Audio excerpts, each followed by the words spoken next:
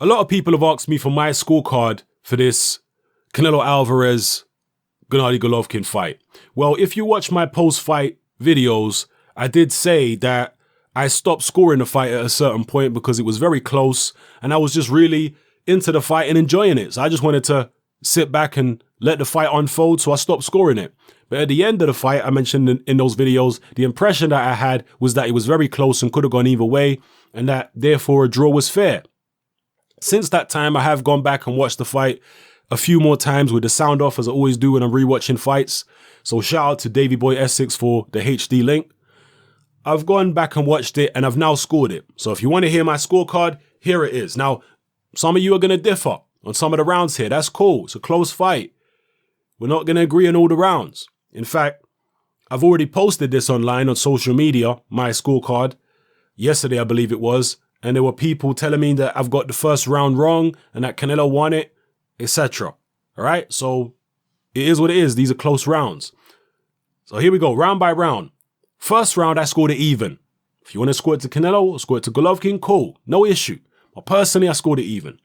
So first round even, second round Canelo, third round Canelo, fourth round Golovkin, fifth round Golovkin, sixth round Golovkin, seventh round Golovkin, eighth round Golovkin, ninth round Golovkin, 10th round Canelo, 11th round Canelo, 12th round Canelo. So my final score for Canelo Alvarez versus Gennady Golovkin was 115 to 114 in favor of Triple G. That's my score. A close fight.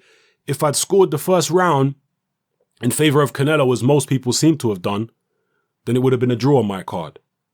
But I couldn't split them in that round. I've given it to Golovkin by 1 point. Close. All of the talk of robbery is silly, ridiculous, and you've got these individuals coming out saying, Hatman, you don't know nothing about boxing, blah, blah, blah. You're saying I don't know nothing about boxing.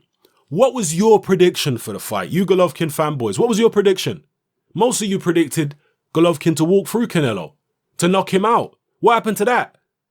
What was my prediction? My prediction was for Golovkin to win on points. So by your scorecards, and even by my scorecard, my prediction was right and yours was wrong. You thought he was going to knock Canelo out. I always saw the fight, certainly in the most recent videos I've been making, I saw the fight going the distance.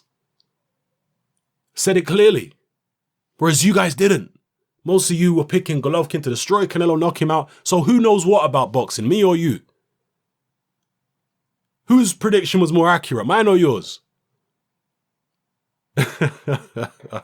You guys give me joke. And the Golovkin fanboys, some of these examples they're citing of fighters who have scored the fight in favor of Golovkin. Oh, see, these top professionals have scored it for Golovkin. That's definitive. Anybody who disagrees don't know nothing about boxing. No way can I... Nonsense. You guys are cherry picking. Yeah, you're happy to talk about fighters like Danny Jacobs and Lennox Lewis and Badu Jack scoring it for Triple G. Oh yeah, that's cool in this instance. But what about all the top fighters who scored the Andre Ward fight, Andre Ward, Sergey Kovalev first fight in favor of Ward? There were loads of top fighters who had Ward winning that fight. But you guys, which are basically the same group of fans who are the Golovkin fanboys, you guys totally dismissed the opinions of all those top fighters when it came to judging that fight. But when it comes to judging this fight, oh, now you're saying that these scorecards of these particular top fighters are definitive. You're ridiculous. You're cherry picking. At the end of the day, it's a close fight. Both fights were close. Ward Kovalev, one was close, and Canelo Golovkin is close. And therefore, you're going to get a disparity. You're going to get a lot of people disagreeing on who won the fight. Yeah, and just to give you a recap of some of the people who scored the first Ward Kovalev fight in favor of Andre Ward. Tony Bellew had Ward winning. Matthew Macklin had Ward winning. Paulie Malignaggi had Ward winning. Sergio Mora had Ward winning. Steve Cunningham had Ward winning. And there were other people. Carl Froch said it could have gone either way. Roy Jones said it could have gone either way. Gennady Golovkin, oh no, yes, Gennady Golovkin said that the Ward Kovalev first fight could have gone either way. Dear oh dear. Johnny Nelson said it could have gone either way. And there were other people who had Kovalev winning, but they said it wasn't a robbery. You know, people like Costa Zoo, who's a Russian. He said it wasn't a robbery. He said he had Kovalev edging, it weren't no robbery. Okay, so again, I'm exposing the hypocrisy here of the Triple G fanboys. Screaming robbery in the first Ward Kovalev fight. Totally dismissing all these top professionals who scored it for Ward. But this time around, with Triple G against Canelo Alvarez, now they're citing these professionals like Badu Jack. Their scorecards are definitive. Nobody's allowed to disagree with them or you're stupid. This is how these people are carrying on. And lest we forget, let's not even go there. Let's not even talk about the Danny Jacobs Golovkin fight. Plenty of top professionals, excuse me, plenty of top professionals had Danny Jacobs beating Golovkin.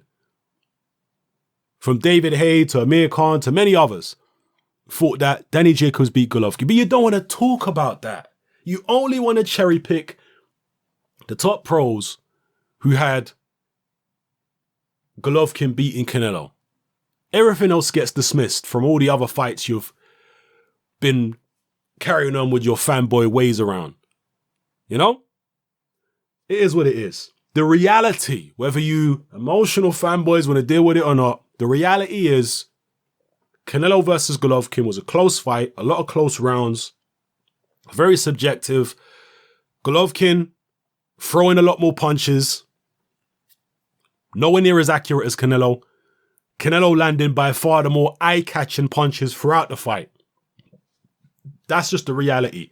Did Canelo do enough in the rounds to, with his higher quality punches, to negate the pressure and the work rate of Golovkin? Again, that's where it gets subjective. That's where rounds can go either way. But to act as though Golovkin won definitively is just disingenuous. He didn't. I had him winning by a point.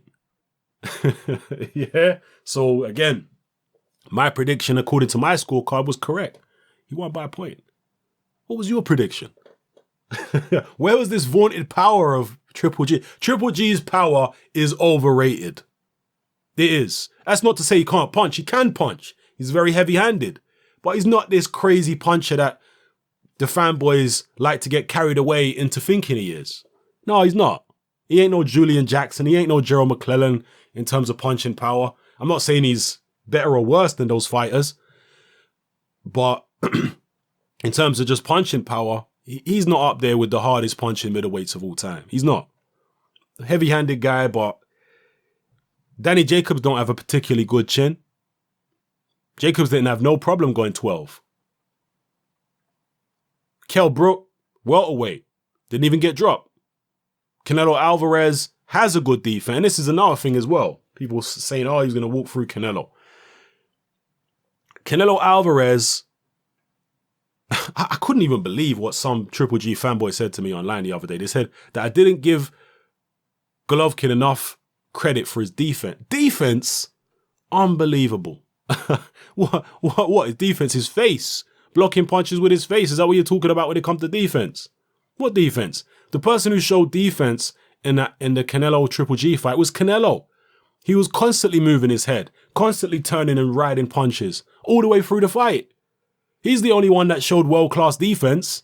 Golovkin's never had a world-class defense. Canelo's defense was actually very impressive. The head movement, slipping shots, rolling with shots, blocking. Even right in front of Golovkin, he was doing all that kind of stuff. There was many moments in the fight where he was on the ropes, literally not moving, but moving his upper body. You know? Staying in one spot against the ropes, moving his upper body, and Golovkin couldn't hit him. And you want to talk about defense? That's defense. Unbelievable. And anyway, that shows you, because if you're someone who believes that Golovkin was landing all these punches on Canelo, then where was his power? So either way, you're going to have to concede that Golovkin is not the puncher you thought he was, or Canelo's defense is way better than you're giving it credit for in the actual fight. One of the two. Or both. You can't, there's no other way. Otherwise, if Golovkin was what you guys say he is, he would have had Canelo sprawled out on the canvas. Yeah, Canelo does have a good chin. But even people with good chins, if they were up against somebody who's a ridiculous puncher, as you say Golovkin is supposed to be, then he'd at least be able to hurt Canelo, but no. Anyway, close fight. I had it for Golovkin by a round. If you had it for Canelo close, a draw, whatever, it's all legit. But all the talk of robbery, ridiculous. The talk of robbery is as ridiculous as Adelaide Bird's 118-110 scorecard. That's how ridiculous it is. Behave yourselves, man. Behave yourselves. Anyway, drop your comments in the comment section below. It's happening. I'm out.